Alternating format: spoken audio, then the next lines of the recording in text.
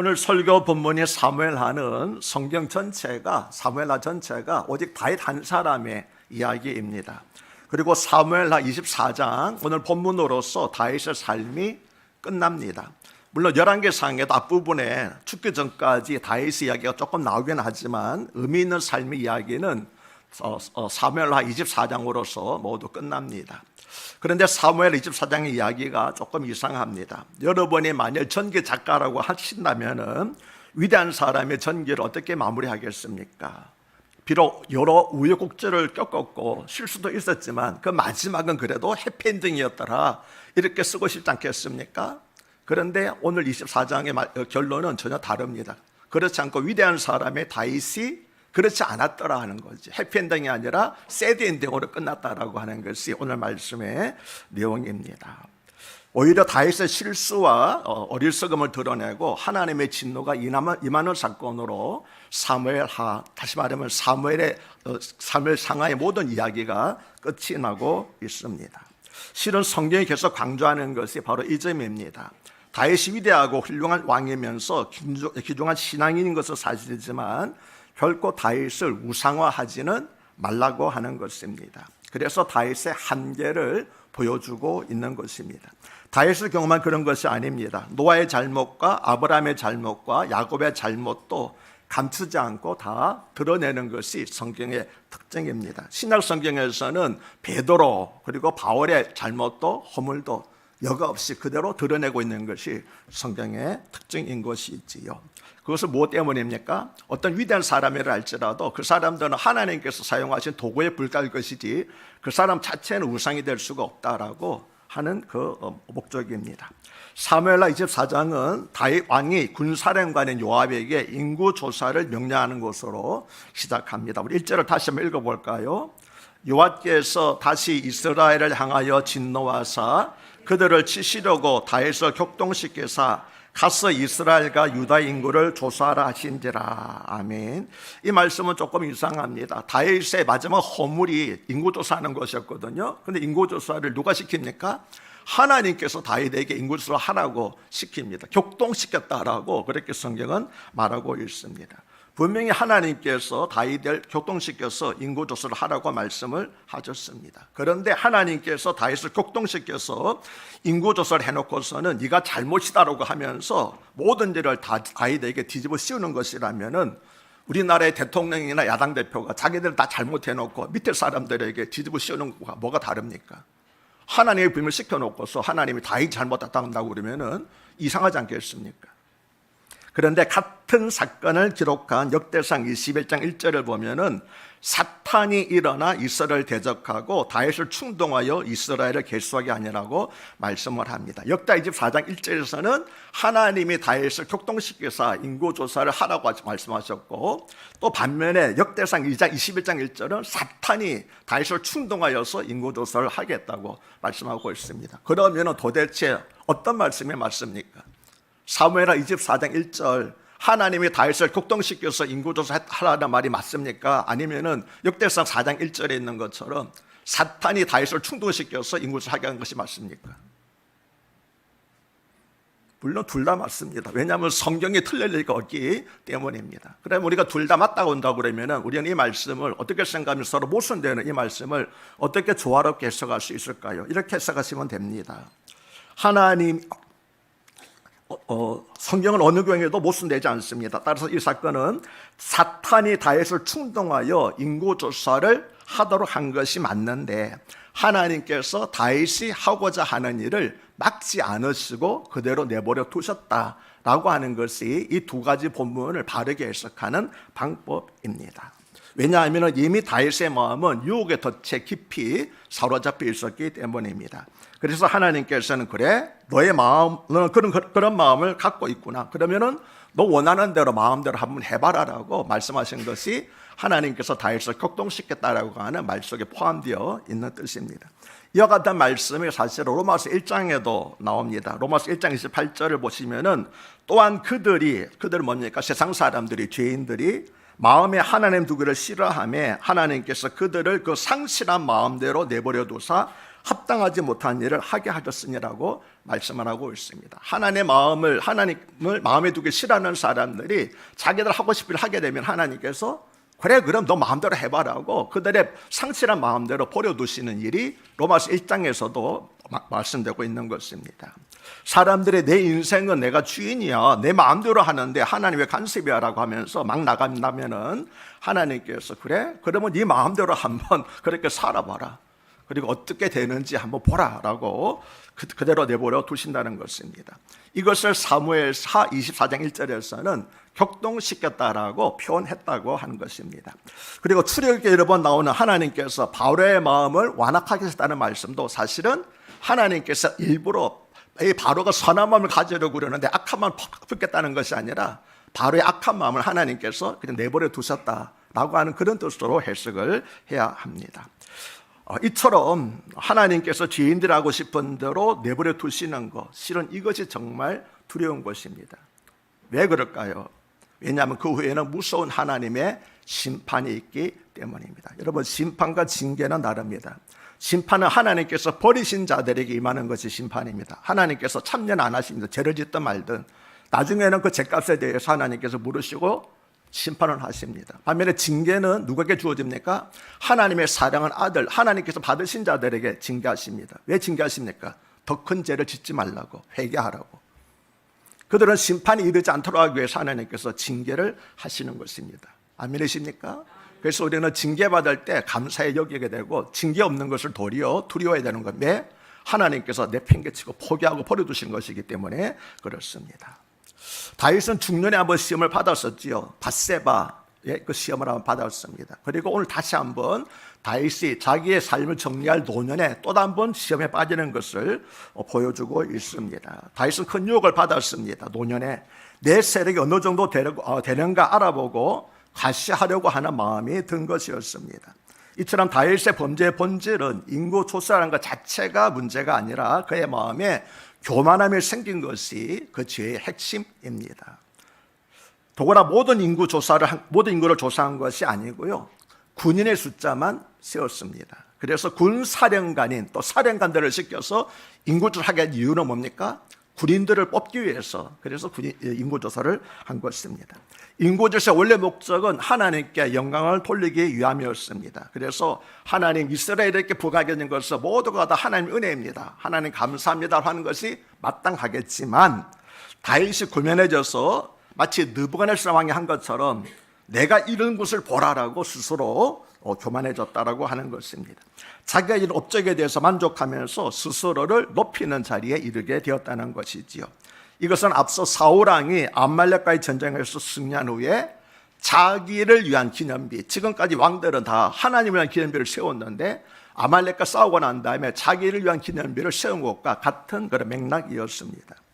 그런데 다윗이 군인의 수를 개수한 또 다른 이유가 있었다고 학자들은 말하고 있습니다. 그것은 그의 왕위를 계승할 솔로몬이 아직 10대의 어린 나이였기 때문입니다. 그래서 어린 솔로몬을 위해서 강한 군대를 물려주고 싶은 마음이 다윗에게 있었다는 것입니다. 그러나 다윗은 일찍이 시편 33편 16절에서는 많은 군대로 구원 얻은 왕이 없으며 용사가 힘이 세어도 스스로 구원하지 못하는도다라고 고백한 바가 있습니다. 그가 10대 청소년일 때 골리앗과 싸우러 나가면서도 너는 칼과 창과 단창으로 내게 나오거니와 나는 만군의 여호와의 이름 곧 네가 모욕하는 이스라엘 군대 하나님의 이름으로 너에게 나아가노라고 외친 바가 있었습니다. 그런데 나이가 들면서 오히려 믿음이 약해진 것입니다. 믿음이 더 성숙해진 것이 아니라 믿음이 더 약해졌습니다. 왜 그랬을까요? 편안한 삶이 그의 신앙을 퇴보시킨 것이었습니다. 그래서 하나님보다 사람의 힘을 더 의지하고 강한 군대에 나라의 안보를 맡기려고 생각을 한 것이었습니다. 인구조사나 왕위도 하나님을 의지하지 않고 자신의 힘을 의지한다는 교만함의 표시였습니다. 하나님이 지켜주셔야 나라가 가장 안전하고 왕위가 가장 견고하다는 믿음을 버리고 말로는 하나님을 의지한다고 말하지만 실제로는 자신의 군사력을 더 의지하는 교만한 마음이 그런 식으로 인구조사라는 식으로 표출이 된 것이었습니다. 그래서 성경을 살펴보시면 왕은 반드시 피해야 될 것이 몇 가지가 있는데 그 중에 한 가지가 군사력을 피하라, 군사를 의지하는 것을 피하라고 말씀을 하였습니다. 이사야서 31장 1절을 보면은 도움을 구하러 애굽으로 내려간 자들은 화 있을진저 그들은 말을 의지하며 병거의 많음과 마병의 심히 강함을 의지하고 이스라엘 거룩하신 이를 앙무하지 아니하며 여호와를 구하지 아니하나니라는 말씀은 바로 그 사실을 경고한 것입니다. 하나님을 의지하지 않고 세상의 군대 힘을 의지하는 자는 화가 있다라고 말씀을 한 것입니다. 군대가 아니라 하나님의 나라를 지켜주신다고 하는 믿음에서는 요압이 도리어 다윗보다 나았습니다. 그래서 다윗이 인구조사를 명령하자 요압은 이 백성이 얼마든지 왕의 하나님 여호와께서 100배나 더하게 하사 내 주 왕의 눈으로 보게 하시기를 원하나이다. 그런데 내 주 왕은 어찌하여 이런 일을 기뻐하시나이까? 하나님이 하실 일인데 왜 인구조사를 하는 걸 사람이 하는 일을 왕은 기뻐합니까? 그래 못마땅하게 도원을 했지요.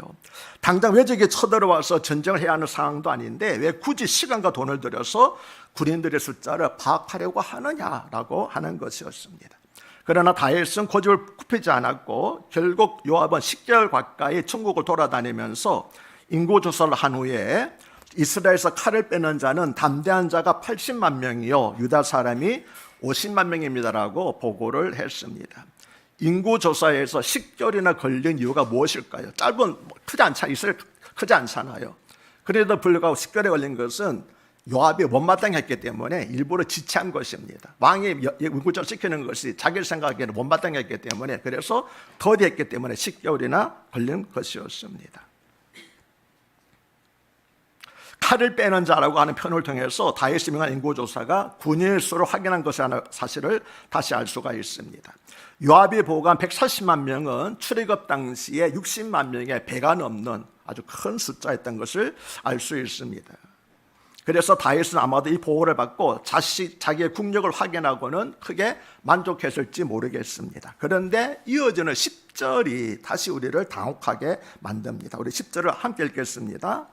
다윗이 백성을 조사한 후에 그의 마음에 자책하고 다윗이 여호와께 아뢰되 내가 이 일을 행함으로 큰 죄를 범하였나이다. 여호와여 이제 간구함나니 종의 죄를 사하여 주옵소서. 내가 심히 미련하게 행하였나이다 하니라. 아멘. 여기서 자책하다라는 말은 히브리어로 낙하라고 하는 말인데 때린다라고 치다라고 한다는 그런 뜻을 가지고 있습니다. 그러면 누가 다윗을 때렸습니까? 쳤습니까? 바로 성령 하나님이십니다. 역대상 21절에서는 사탄이 다윗을 충동하였지만 여기에서는 성령께서 다윗을 치셨습니다. 그런데 바로 이것이 그리스도인의 실상입니다. 한쪽에서는 사탄이 우리를 충동합니다. 다른 한쪽에서는 성령께서 우리를 책망하십니다. 이것은 우리같이 믿음이 연약한 사람들에게만 있는 현상이 아닙니다. 바울과 같은 믿음의 용사도 날마다 겪었던 영적 전쟁이 한쪽에서는 사탄의 충동을 하고 한쪽에서는 성령께서 책망하시는 이 갈등이 바울과 같은 믿음의 용사에게도 항상 있었습니다. 우리 로마서 7장 21절로부터 24절을 한번 읽어볼까요? 그러므로 내가 한 법을 깨달았노니 곧 선을 행하기 원하는 나에게 악이 함께 있는 것이로다.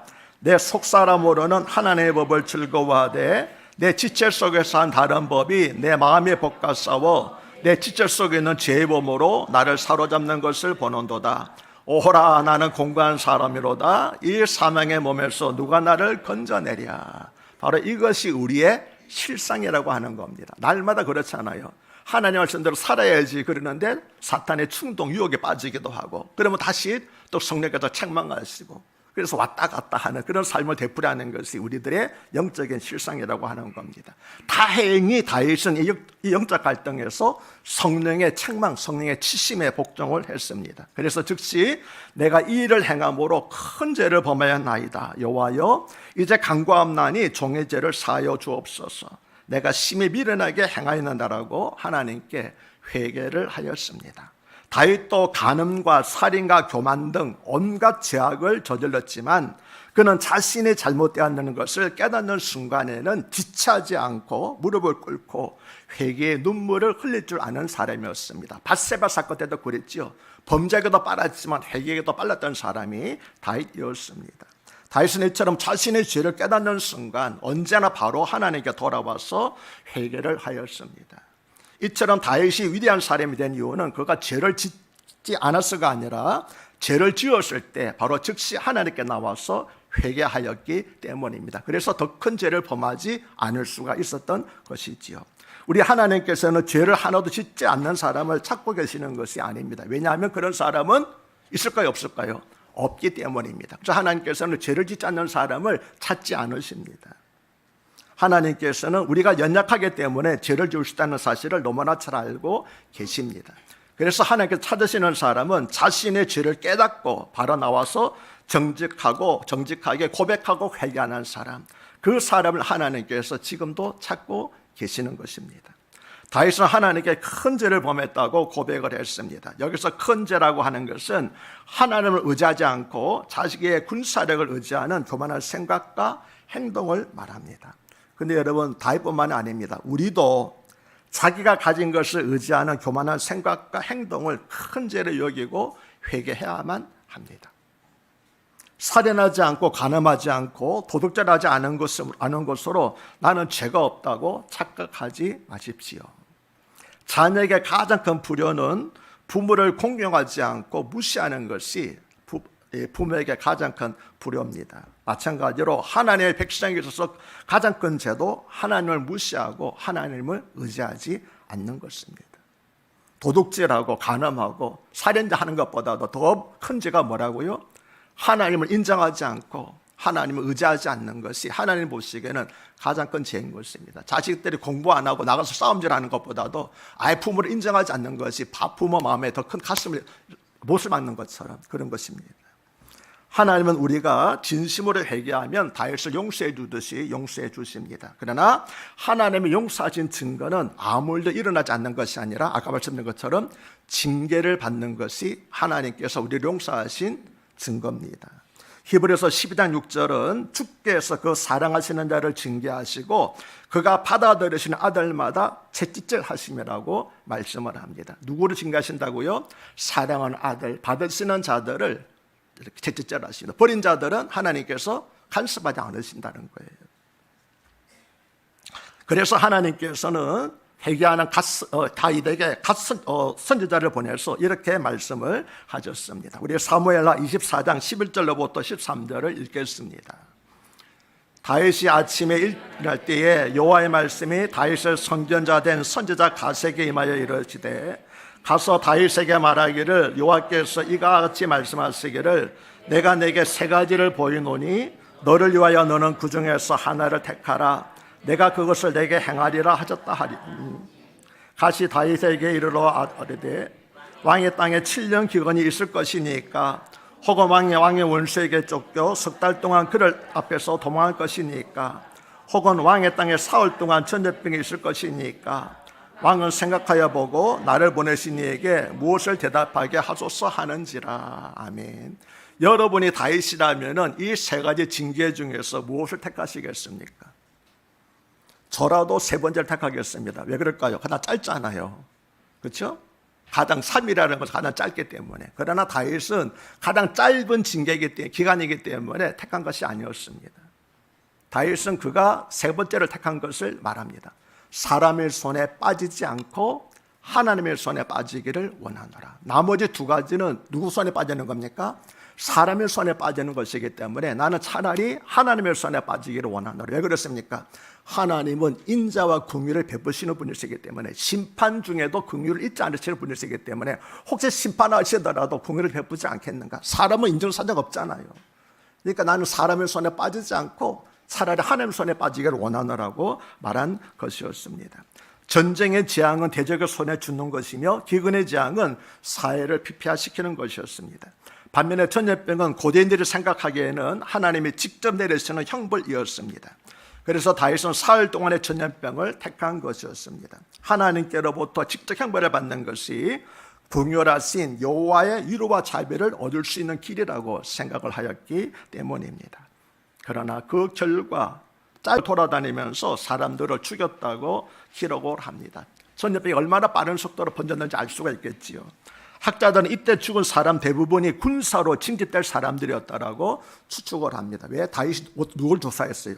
군인들 조사했기 때문에 군인들을 다 죽였을 거라고 추측을 하고 있습니다. 다윗이 의지하려고 했던 군대를 하나님께서 무너뜨린 것이었습니다.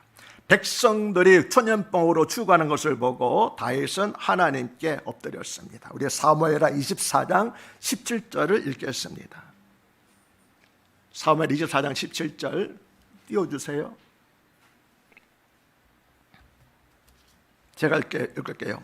다윗이 백성을 치는 천사를 보고 곧 여호와께 아뢰어 이르되 나는 범죄하였고 악을 행하였거니와 이 양무리는 무엇을 행하였나이까? 청하건대 주의 손으로 나와 내 아버지의 집을 치소서 하니라. 내가 범죄하였는데 이 백성들은 죄가 없지 않습니까? 그런데 이 백성들이 죽어갑니까? 차라리 나와 내 집을 치소서라고 하나님께 꿇어 엎드렸습니다. 저는 이 말씀을 읽을 때마다 가슴이 뭉클합니다. 이것이 진정한 지도자의 자세이고 이것이 진정한 목자의 마음이기 때문입니다. 우리나라의 대통령과 야당 대표에게 이처럼 진실로 국민들을 생각하는 마음이 있다면 우리나라가 이 지경까지 이르겠습니까? 자기 생각 때문에 하니까 나라가 이렇게 어지럽지 않겠습니까? 그래서 하나님 다윗에게 주었던 이 마음을 우리 지도자들에게도 주시옵소서라고 설교를 준비하면서 한번 기도를 하였습니다. 그런데 여러분 한번 생각해 보십시오. 다윗의 말대로 죄를 범한 것은 다윗인데 왜 죄 없는 백성들이 죽었을까요? 여러분도 의문이 생기지 않습니까? 그런데 사무엘하 24장 1절을 보면 우리가 읽었던 말씀이죠. 이런 구절이 있죠. 여호와께서 다시 이스라엘을 향하여 진노하사 그들을 치시려고 다윗을 격동시키사 인구를 조사하게 하였더니, 하나님께서 인구 조사하기 제일 목적이 뭡니까? 다윗을 치시는 목적이 아니죠. 누구를 친다고요? 이스라엘 백성들을 치시기 위하여서라고 그렇게 성경은 분명히 말씀하고 있습니다. 우리는 성경을 해석을 할 때 언제나 본문을 중심으로 해석을 해야 됩니다. 성경은 하나님께서 이스라엘을 향하여 진노하셨다고 분명히 기록하고 있습니다. 그럼 왜 하나님께서 이스라엘을 향하여 진노하셨을까요? 그 이유는 그들이, 이스라엘 백성들이 하나님이 기름 부으신 다윗 왕 대신 다른 왕을 택하려고 번번이 시도했기 때문입니다. 이스라엘 백성들은 자신들이 택한 사울 왕에게는 한 번도 반역한 적이 없습니다. 그가 많은 실수했음에도 불구하고 한 번도 반역하지 않았다고 성경은 기록하고 있습니다. 그러나 하나님이 세우신, 자기들이 세운 것이 아니라 하나님이 세우신 다윗에게 대해서는 그것은 번번이 반역을 시도를 하였습니다. 왜 그랬을까요? 조그만 산골 베들레헴의 목동 출신의 다윗을 업신여겼기 때문입니다. 백성들은 압살롬의 편에 서서 다윗 왕을 몰아내고 하였으며 사람과 같은 베냐민 지파 출신인 세바의 편에 서서 반란을 일으켰습니다.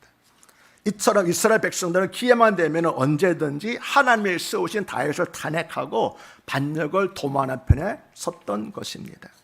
그래서 하나님은 다윗에게 반역하는 이스라엘 향해서 분노하셨습니다. 왜 그렇습니까? 하나님께서 기름 부어 세우신 왕을 반역하는 것은 결국 누구에 반역하는 겁니까? 하나님께 반역하는 것이었기 때문에.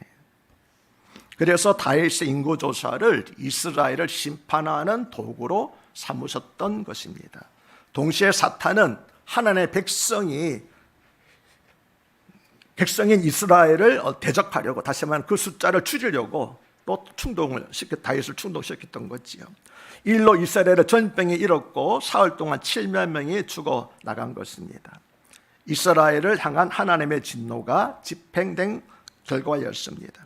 다윗은 자신의 죄로 백성들의 심판을 받았다고 자체 갖고 죄를 해결했지만, 물론 그렇지만 이 전염병은 다른 한편으로는 이스라엘의 백성을 향한 하나님의 진노였다는 사실을 우리는 잊지 말아야 합니다.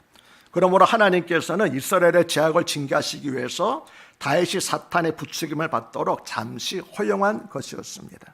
이처럼 하나님께서는 죄악에 대해서 반드시 심판하시는 분이라는 것을 다시 알 수가 있습니다. 그러나 사무엘하 24장은 전염병으로 7만 명이 죽었다고 하는 불행한 사건으로 끝나지 않습니다. 왜냐하면 공의로 심판하시는 하나님은 또한 자비로 용서하시는 하나님이시기 때문입니다. 전염병으로 죽어가는 백성들을 보면서 다윗이 하나님께 나는 범죄하였고 악을 행하였거니와 이 약물이는 무엇을 행하였나이까? 청하건대 주의 손으로 나와 내 아버지의 집을 치소서를 간구하자. 하나님께서는 다시 갓 선지자를 다윗에게 보내서 아리우나의 타작마당에서 번제를 드리라고 명령을 하셨습니다. 그리고 사무엘하 24장의 마지막 구절이자 사무엘 상하 전체의 마지막 구절인 25절은 이렇게 말씀합니다. 그곳에서 아리우나의 타작마당에서 여호와를 위하여 제단을 쌓고 번제와 화목제를 드렸더니 이에 여호와께서 그 땅을 위한 기도를 들으심에 이스라엘에게 내리는 재앙이 그쳤더라. 7만 명이 죽었다라는 것이 사무엘하의 그 마지막이 아닙니다. 하나님의 재앙이 그쳤다라 하는 것이 사무엘하의 마지막입니다. 뭘 통해 가지고요? 하나님께 회개 제사를 드렸더니 하나님께서 진노를 그치시고 재앙이 그쳤다라는 말씀이 사무엘하의 마지막 결론입니다. 다윗이 회개하며 희생 제사를 드리자 하나님께서 재앙을 그치셨습니다. 이와 같은 사무엘하 24장의 결론은 이스라엘을 지키시는 분은 하나님이시며 하나님께 모든 생명과 미래가 달려있다는 사실을 보여주고 있습니다. 그리고 여기서 다윗은 번제와 화목제를 드림으로써 하나님께서 죄에 대한 진노를 그치시도록 하는 제사장의 역할을 하였습니다. 이 점에서 다윗은 예수 그리스도의 십자가의 모형과 예표가 되고 있는 것입니다. 번제는 자신의 죄와 허물을 용서받기 위해서 희생제물 전체를 불태워 하나님께 바치는 제사입니다. 그리고 화목제는 번제를 드리는 후에 하나님과 관계가 회복된 것을 감사하며 드리는 제사입니다. 그런데 그 당시에 이스라엘 백성들이 드리는 제사는 기브온이라는 곳에 있는 산당에서 제사를 드렸는데 하나님께서는 새로운 제사함을 받기 위한 제사를 새로운 장소로 지정해 주셨습니다. 그게 어디입니까? 그것이 바로 아르우나의 타작마당이라는 것을 이제부터 이스라엘 백성들은 여기서 제사를 드려야 된다고 새롭게 지정해 주셨습니다. 다시 말하면 이곳이 하나님께서 백성들의 대속제사를 받으실 새로운 장소가 될 것이다 라고 말씀하셨는데 바로 이곳에 무엇이 세워졌습니까? 솔로몬의 성전이 세워진 것입니다. 다윗이 번제와 화목제를 어디에서 드렸다고 하였습니까? 그가 여호와를 위하여 제단을 쌓은 것이 어디입니까? 우리 역대하 3장 1절을 읽겠습니다. 솔로몬이 예루살렘 모리아산에 여호와의 전 건축하기를 시작하니 그곳은 전에 여호와께서 그의 아버지 다윗에게 나타나신 곳이요 여부수 사람 오르난의 타작마당에 다윗이 정한 곳이라. 아멘.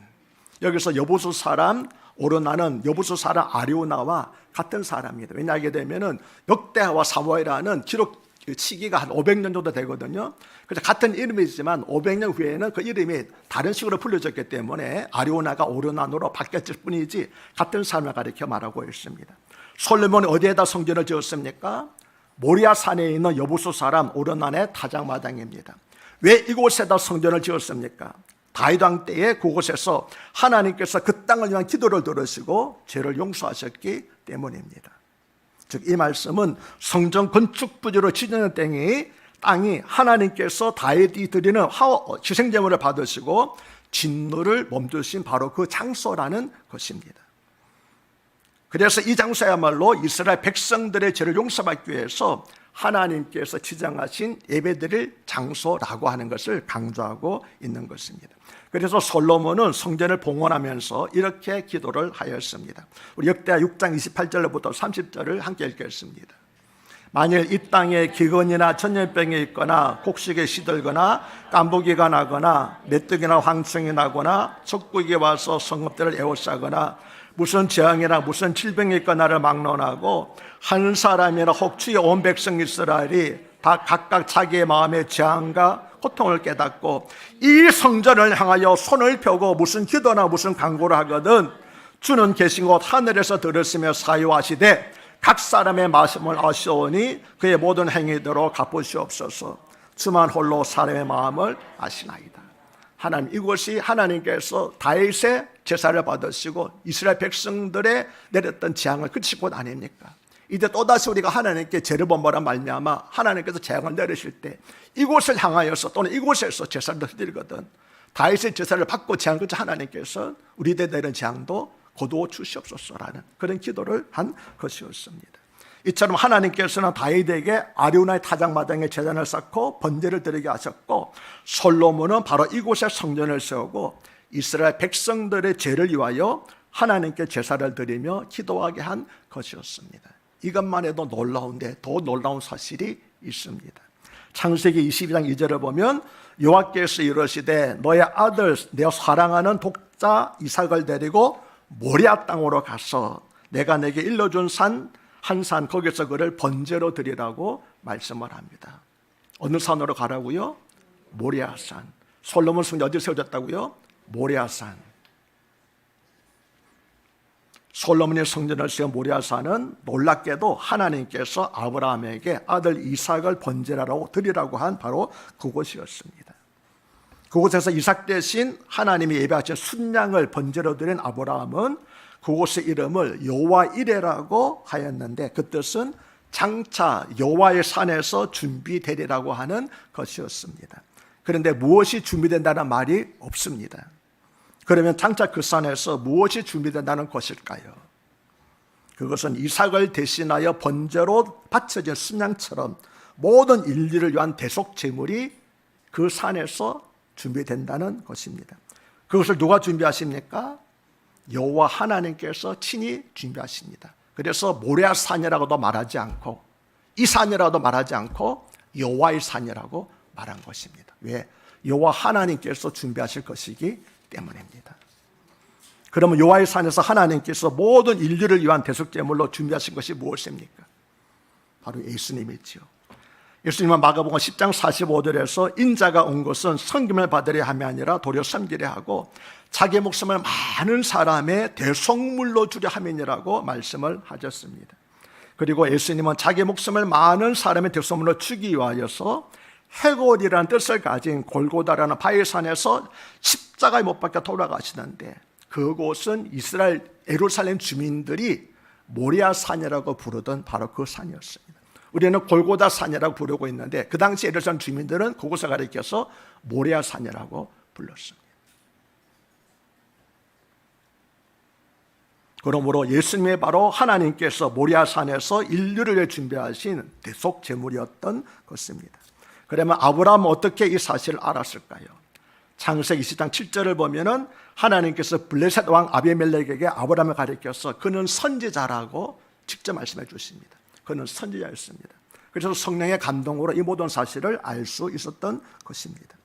저는 지금 이 말씀을 전하면서 큰 감동으로 인해서 가슴이 떨립니다. 여러분 참으로 놀랍지 않습니까? 사탄의 충동을 받아 다윗이 인구조사의 죄를 범했습니다. 그러나 그 범죄의 결과로 다윗이 아리우나의 타작마당을 구입하게 되고 그것이 성전의 터전이 되었으며 마침내 그곳에 우리 주님 예수 그리스도의 십자가가 세워졌기 때문입니다. 하나님께서는 궁극적으로 이스라엘에게, 아니 우리 인류들에게 더 큰 은혜를 내려주시기 위하여서 사탄의 역사와 다윗의 교만한 죄까지도 허용하셨던 것입니다. 이처럼 우리가 믿는 신실하시고 전능하신 하나님께서는 우리의 허물과 번제마저도 때로는 더 큰 은혜를 주시기 위한 수단으로 사용을 하십니다. 로마서 8장 28절에서 사도 바울이 고백했듯이 참으로 우리 하나님은 합력하여 선을 이루시는 분입니다. 요셉은 창세기 50장 20절에서 자기를 팔아넘긴 형들에게 당신들은 나를 해하려 하였으나 하나님은 그것을 선으로 바꾸사 오늘과 같이 많은 백성의 생명을 구원하게 하시라 하셨습니다라고 하였는데, 마치 오늘 본문의 사건을 두고 말씀한 것 같습니다. 사랑하는 여러분, 사무엘하 24장은 다윗의 범죄로 시작하여 하나님의 은혜로 마칩니다. 아리우나의 타작마당에서 하나님께서 죄를 용서하시고 자신의 백성에게 은혜를 베푸셨습니다. 그래서 이 사건은 장차 예수 그리스도 안에서 이루어질 하나님의 속죄 사역을 미리 보여주신 것이었습니다. 먼 훗날 예수 그리스도께서는 모리아 산에서 속죄 사역을 완수하시고 사탄을 멸하셨습니다. 하나님의 진노와 자비가 골고다의 십자가에서 만난 것이었습니다. 아리우나의 타작마당에서 만나듯이. 이 일을 누가 알았겠습니까? 다윗이 알았을까요? 사탄이 알았을까요? 아무도 몰랐습니다. 하나님은 수천 년이나 오랜 시간에 걸쳐서 오직 홀로 묵묵히 이 일을 이루어 오신 것이었습니다. 우리 하나님 여호와 열심히 이 놀라운 일을 가능하게 하셨던 것입니다. 그래서 사도 바울은 로마서 11장 33절에서 고백하기를 깊도다 하나님의 지혜와 지식을 부유하며 그의 판단은 측량치 못할 것이며 그의 길은 찾지 못할 것이더라고 고백을 하였습니다. 다윗에게 행한 일뿐만 아니지 않습니까? 오늘 우리에게도 행하시는 하나님의 놀라운 일을 생각해 보십시오. 그 일을 생각할 때마다 깊도다 하나님의 지혜와 지식을 부유하며 그의 판단은 측량치 못할 것이며 그의 길은 찾지 못할 것이다라고 우리도 고백하게 될 것입니다. 이 고백이 오늘 다윗의 인고조사와 그 결말을 살펴본 우리 큰사랑교회 모든 성도님들의 고백이 되기를 주 이름으로 축복합니다. 하나님 아버지, 다윗이 교만한 마음으로 인고조사를 하였습니다. 물론 사탄이 직동한 것이지만 하나님께서 그를 막지 않으셨습니다. 얼마든지 막을 수 있었겠지만 하나님께서 은혜를 베푸시기 위하여서 그를 허락해 주셨고, 다윗의 범죄를 위하여서 이스라엘 재앙을 그치기 위하여서 아리우나의 타작마당에서 번제와 희생제사를 화목제사를 드렸고 그 제사를 받으신 하나님께서 재앙을 그쳐주셨는데 그곳에 솔로몬의 성전을 세워졌고 그곳에 우리 주님 예수 그리스도의 십자가가 세워졌습니다. 이 놀라운 일을 바라보면서 주여, 하나님이 하시는 일이 얼마나 놀랍고 오묘한지요. 잠시 우리 가운데 일어나는 일 때문에 낙심하거나 방황하거나 불평하지 말게 하옵시고 놀라운 일을 홀로 행하시는 하나님 바라보면서 하나님 지금 이 일이 어떻게 될런지요 기대한 마음으로 기도하면서 기다립니다. 그렇게 믿음으로 살아가는 우리 큰사랑교회 성도님들이 다 되게 하여 주시옵소서. 예수님을 받들어 간곡히 기도드렸나이다. 아멘.